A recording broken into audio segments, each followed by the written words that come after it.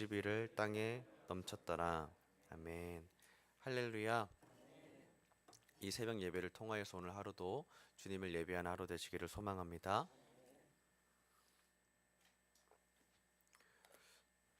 날씨가 춥습니다. 하지만 오늘 날씨가 좀 풀렸는데요. 집안이 많이 건조하지 않도록 물이나 좀 이런 거 좀 받쳐서 습도 잘 유지해야 우리 목도 좀 이렇게 건강히 유지가 되는 것 같습니다. 네. 오늘 말씀은 창세기 7장입니다. 우리가 알고 있는 이 창세기 7장의 내용은 노아의 홍수의 이야기입니다.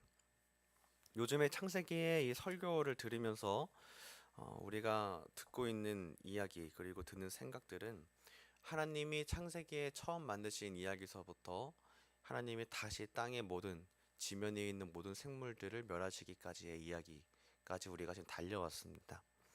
이 성경의 시작이 되는 창세기에서는 하나님이 창조하신 이야기를 먼저 들려주고 있는데요.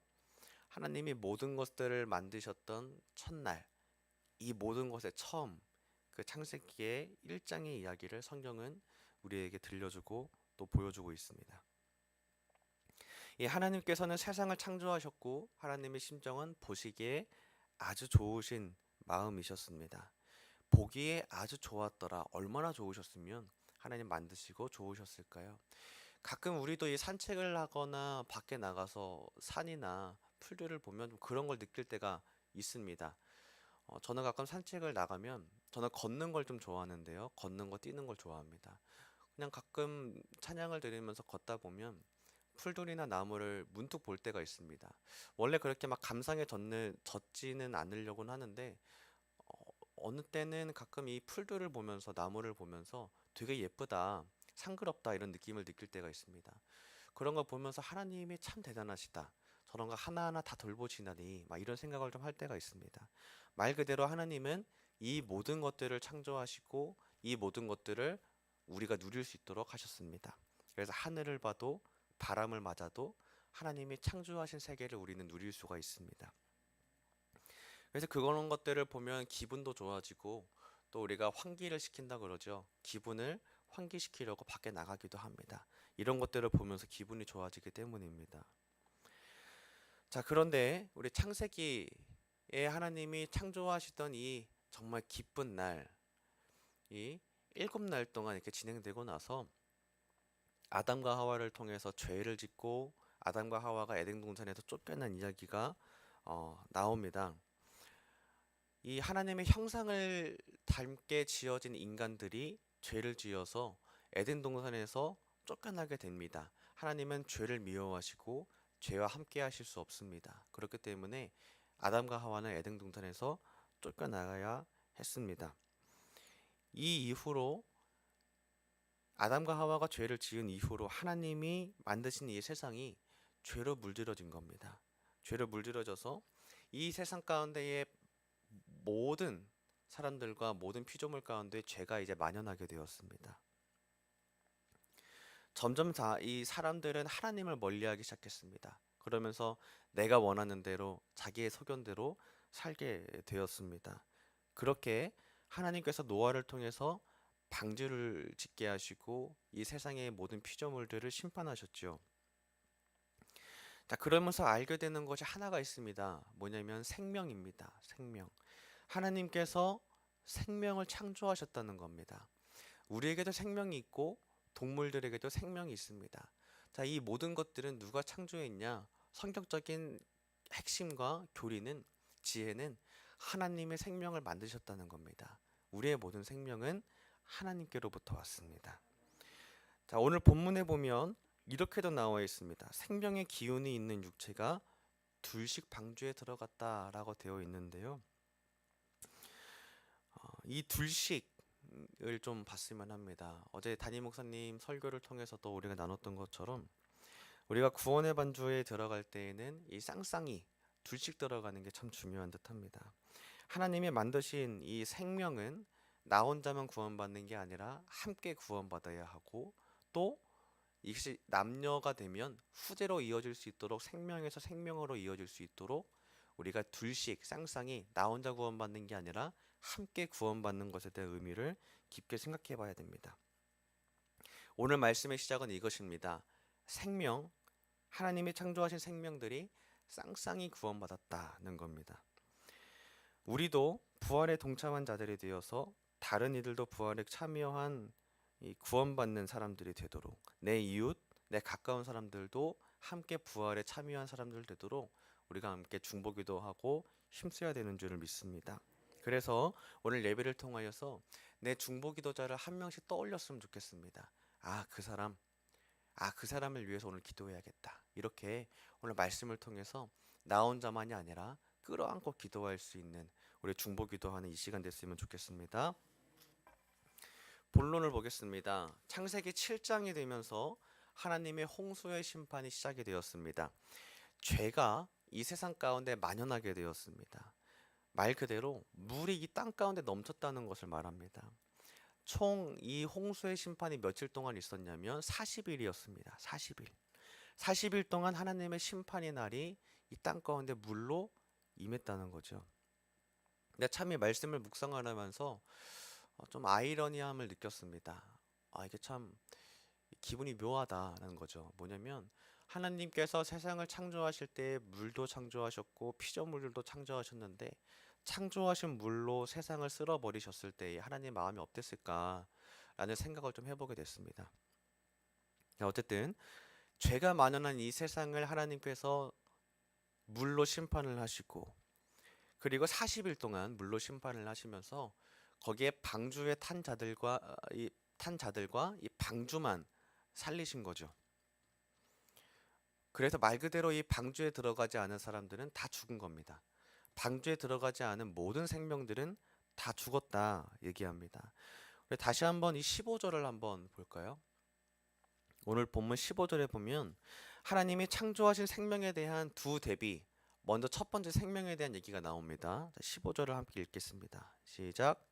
무릇 생명의 기운이 있는 육체가 둘씩 노아에게 나와 방주로 들어갔으니. 아멘. 생명의 기운에 있는 어떤 존재들은 방주에 들어갔습니다. 하나님께서 모든 생명들을 심판하려고 하셨지만 사실은 모두가 아니라 어떤 생명들은 어떤 생명의 기운이 있는 존재들은 방주에 들여보내셨다는 거죠. 자, 이게 첫 번째 부류고요.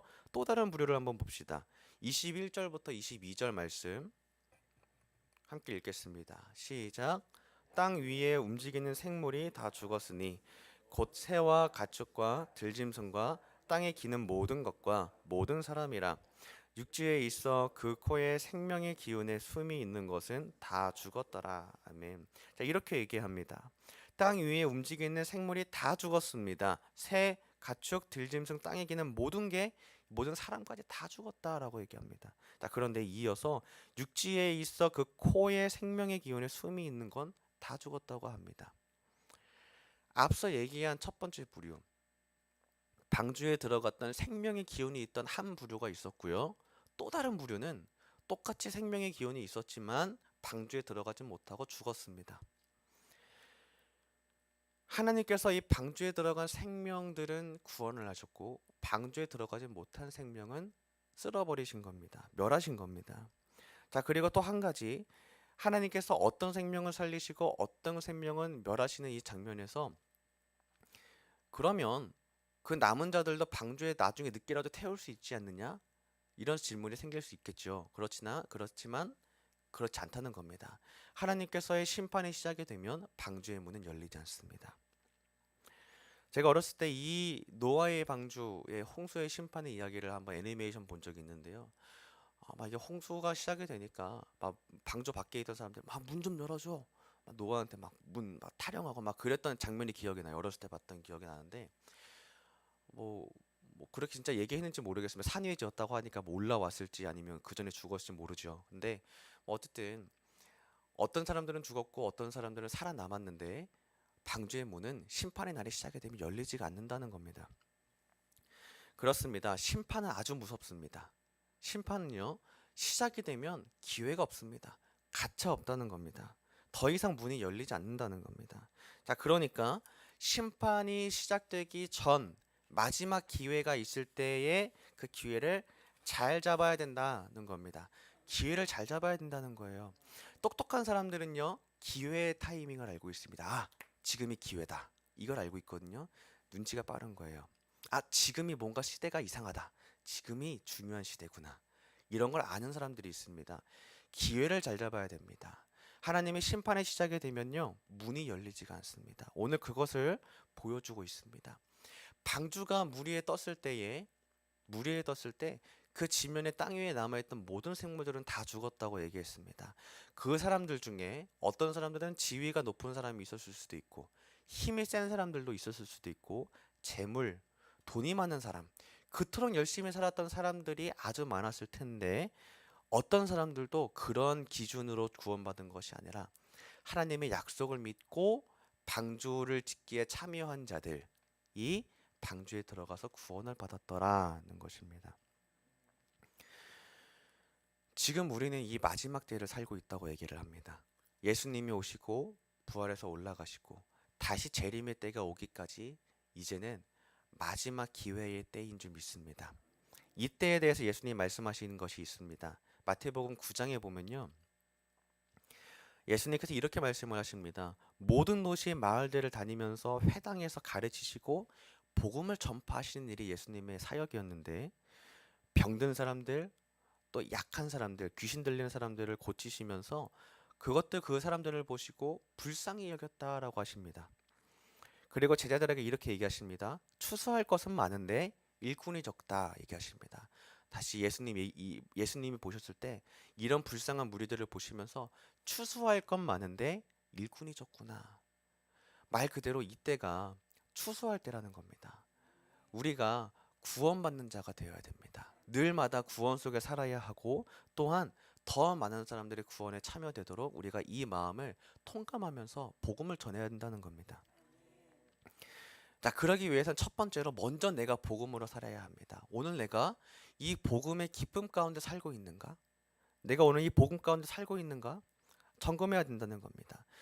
이 복음이 무엇입니까? 내가 죄인인데 하나님의 아직 내가 죄인 되었을 때에 나를 사랑하심으로 구원하신 그 은혜가 시작이죠. 이것이 복음입니다. 아, 내가 죄인인데 연약한데 오늘 나를 구원하셨구나.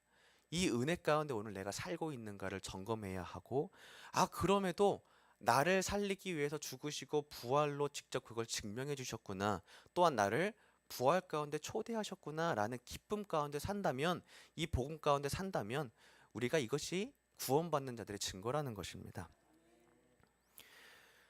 그러므로 우리가 복음으로 먼저 살아나서 믿지 않는 자들에게 이 복음을 전할 수 있어야 합니다. 늘마다 나의 입과 마음에 지혜와 겸손으로 복음을 늘마다 장전을 해야 합니다. 누구를 만나더라도 예수님 믿으세요. 이 말 한마디가 확신 있게 탁 나와야 되는 거예요. 내 마음에서 기쁨이 있고 은혜에 대한 감격으로 이 복음을 우리가 늘 증거할 수 있어야 합니다. 다시 얘기하지만 오늘 분명하게 알려주고 있는 거, 심판의 날이 시작이 되면 방주의 문은 열리지 않는다는 겁니다. 그러면 우리는 이 날이 오기까지 아직 이 시대에는 우리가 끌어안고 기도할 시대입니다. 구원받아야 할 사람들을 위해서 기도하고 내가 구원받는 자로 살고 있는가 매일 점검하면서 사도 바울처럼 날마다 나는 죽노라 고백처럼 나의 죽음을 매일 선고하고 예수님의 살아나심으로 살고 복음을 증거하는 이런 하나님 기뻐하시는 삶을 우리가 살기를 소망합니다. 오늘 말씀에 대한 두 번째 의미, 이 심판의 날에 대한 또 다른 의미를 한번 봅시다. 심판의 날은요, 아주 무섭고 냉엄한 날입니다. 아주 무섭고 냉정하고 엄중한 날입니다. 문이 열리지가 않습니다. 그게 심판의 날인데요. 자, 어떤 사람들에게는요, 이 심판의 날이 그토록 기다려온 날이라는 겁니다. 어떤 사람들에게는 심판의 날이 기쁜 날이라는 겁니다. 방주에 들어간 사람들을 한번 봅시다. 땅 위에서 죽은 사람들이 있었듯이 살아남은 생명이 있는 사람들이 있었죠. 바로 노아와 그 가족들이었습니다. 자, 이 노아와 가족들을 한번 해보면 하나님께서 어느 날 말씀을 하십니다. 방주를 지어라. 말씀을 하시고 열심히 방주를 지어야 되는 노아와 이 가족들은요, 이제부터는 믿음만이 필요합니다. 알겠습니다. 방주 짓겠습니다. 자, 이제 하나님이 약속하신 거, 말씀하신 것을요, 하나님이 뜻이 있겠구나라는 믿음 하나만으로 이제부터는 지어야 되는 겁니다. 자, 그런데 매일매일 비가 내리지 않는 이 하루하루를 보면서 이 믿음과 싸워야 되는 거예요. 자, 그러면 이 믿음의 싸움이 얼마나 힘들까요? 얼마나 힘들까 생각해 봐야 됩니다. 하나님이 약속하신 그날, 오로지 아버지만 알고 있는 그날에 오기까지 이 믿음 하나만으로 지키고 하나님의 말씀에 순종하고 방주를 지어야 했던 사람들이 바로 노아와 가족들이었다는 겁니다. 어떤 사람들에게는 놀림도 받았을 겁니다. 어떤 사람들에게는 무시도 받았을 겁니다. 노아와 이 가족들이 방주를 짓고 있는 이 모습이 얼마나 미련해 보이는지, 세상으로부터는 미련해 보인다는 거죠. 아니 그 하나님이 누군데 그 말씀에 뭐 그렇게 믿는다고 무슨 증거를 줬다고 방주를 짓고 있어 놀리거나 비아냥거렸을 겁니다. 자, 그런데 오로지 믿음만으로 이 시기를 잘 지켜온 노아와 가족들만이 구원받았다는 겁니다. 그렇기 때문에 이 노아와 가족들은요, 이 심판의 날이 결실을 맺는 날인 겁니다. 내가 그동안 믿음을 지켜온 거에 대한 결실을 확인하는 날이 심판의 날인 겁니다. 결론은 이렇습니다. 어떤 사람들에게는 심판의 날은 무섭습니다.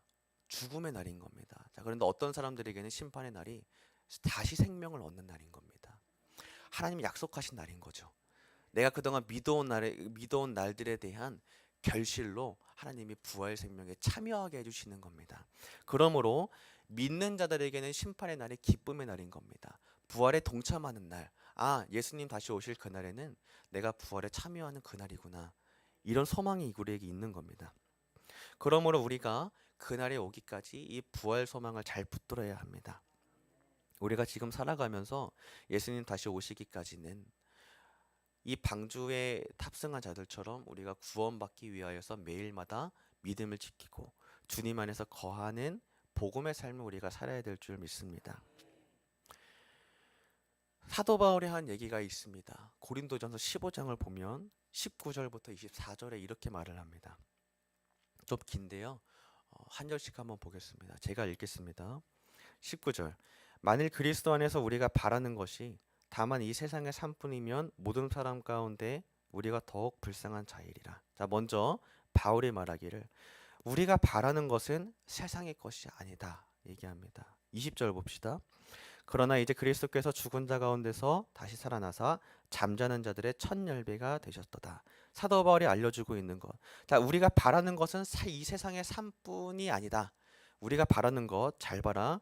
모든 잠자는 자들의 첫 열매가 되신 예수님이다. 예수님을 바라 얘기해주고 있는 겁니다. 21절, 22절 봅시다. 사망이 한 사람으로 말미암았으니 죽은 자의 부활도 한 사람으로 말미암는도다. 아담 안에서 모든 사람이 죽은 것 같이 그리스도 안에서 모든 사람이 삶을 얻으리라. 아멘. 우리가 바라는 것은요, 아담으로 말미암아 모든 사람이 죽음을 선고받은 것이 아니라 예수 그리스도로 말미암아 첫 열매로 부활로 첫 열매가 되신 예수님처럼 나도 부활에 참여하고자 하는 것. 그것이 우리의 소망입니다. 우리가 그리스도 안에 속한 자가 되면 이 부활에 참여한 자가 됩니다. 22절 말씀처럼 그리스도 안에서 모든 사람이 삶을 얻으리라 얘기한 것처럼 예수 그리스도의 한 사람 그 부활하심으로 말미암아 우리도 부활에 참여하게 될 줄 믿습니다. 마지막 23절 24절 봅니다. 그러나 각각 자기 차례대로 되리니 먼저는 첫 열매인 그리스도요 다음에는 그가 강림하실 때에 그리스도에게 속한 자요 그 후에는 마지막이니 그가 모든 통치와 모든 권세와 능력을 멸하시고 나라를 아버지 하나님께 바칠 때라. 아멘. 사도 바울이 말합니다. 이 모든 사람의 삶을 얻으려면 첫 열매인 그리스도가 우선이고 예수님이 강림하실 때에 그리스도께 속한 자들이다. 그리스도께서 부활의 첫 열매가 되신 줄을 믿습니다. 그리스도께서 첫 열매가 되셨으므로 그 다음은 그리스도에게 속한 자들입니다. 우리가 바로 우리가 이 성경에 말한 것처럼 부활에 참여한 자들이 되기를 소망하고 축복합니다. 여러분 모두가 그리스도께 속한 자들이 되어서 부활 생명에 참여한 자들이 되시기를 주님 이름으로 축복합니다. 말씀을 정리하겠습니다. 오늘 이 시대에 우리가 살고 있으면서 이 말씀을 봅니다. 노아의 때에 하나님이 홍수로 무섭게 심판하신 장면, 이 이야기를 봤습니다. 심판은 아주 무섭습니다. 뉴스에서도 또 사람들 사이에서도 아니면 어디 집회에 가도 심판이란 말이 자주 언급이 되죠. 그러니까 우리도 심판이란 걸 알고 있습니다. 아, 심판은 무서운 거야. 심판은 냉정한 거야. 우리도 알고 있다는 거예요. 자, 우리도 알고 있는 심판을 하나님이 모르실 리가 없습니다. 하나님은 더 냉정합니다. 또한 이 심판에 대한 것들을 놓고서 하나님이 잘 알고 계시고 또 냉정하시다라는 것을 오늘 알려주고 있다는 겁니다. 그러므로 오늘 우리는 구원의 방주에 참여한 자들이 되시기를 소망합니다. 그리스도께 속한 자들이 되어서 부활 생명에 참여한 자들이 되시기를 주님의 이름으로 소망합니다. 특별히 오늘은 우리가 중보기도하는 시간 됐으면 좋겠습니다. 아, 내 안에 그 한 사람이 떠올라. 내 가족 아니면 내 이웃, 뭐 옆집 할아버지 아니면 옆집 그 어린아이, 가까운 사람이 되어도 뭐 상관없습니다. 누가 됐든 아니면 이 나라가 돼도 상관없습니다. 이 나라, 이 사회, 이 국가, 이 세계를 위해서 하나님 끌어안고 기도하겠습니다 하는 마음이 너무 중요한 듯합니다. 내가 먼저 복음 가운데 먼저 충만하고 이 세대를 위하여서 우리가 끌어안고 기도합시다. 그래서 오늘은요, 특별히 중보기도하는 시간 됐으면 좋겠습니다. 하나님, 그 사람이 구원받았으면 좋겠어요. 그 사람에게 내가 전도할 때에 그 사람의 귀가 듣는 귀가 되어서 함께 복음을 들었으면 좋겠습니다. 마음을 열어주시고 말씀해 주세요. 오늘 함께 중보기도하는 시간 됐으면 좋겠습니다. 아멘. 자, 기도하겠습니다. 사랑이 많으신 하나님, 감사합니다. 오늘 들은 말씀처럼 우리의 삶 가운데에 이 부활 생명에 참여한 기쁨으로 우리가 살기를 소망합니다. 부활 생명의 삶을 살게 하여 주옵소서. 복음에 감동되게 하여 주옵소서. 또한 그래서 우리가 중보기도 해야 하고 전도해야 할 구원받지 못한 그 영혼을 위하여서 내가 먼저 달려나가 그 사람에게 복음을 전하게 하옵소서. 그 사람이 듣고 복음을 듣고 믿고서 예수님의 이름을 듣고 믿음으로 반응하여 부활 생명에 참여한 자가 되도록 그 중보기도자를 주님 기억하여 주시옵소서. 감사합니다. 예수님 이름으로 기도합니다. 아멘.